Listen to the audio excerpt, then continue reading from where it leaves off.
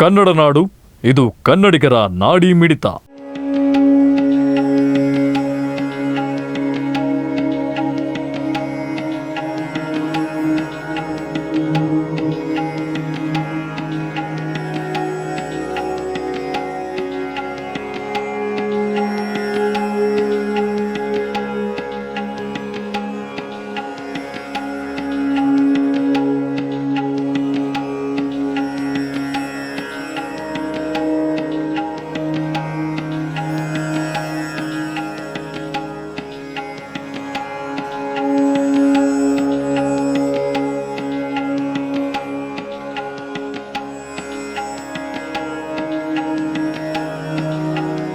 ನನ್ನ ಹೆಸರು ನಳಿನಿ ನವೀನ್ ಕುಮಾರ್.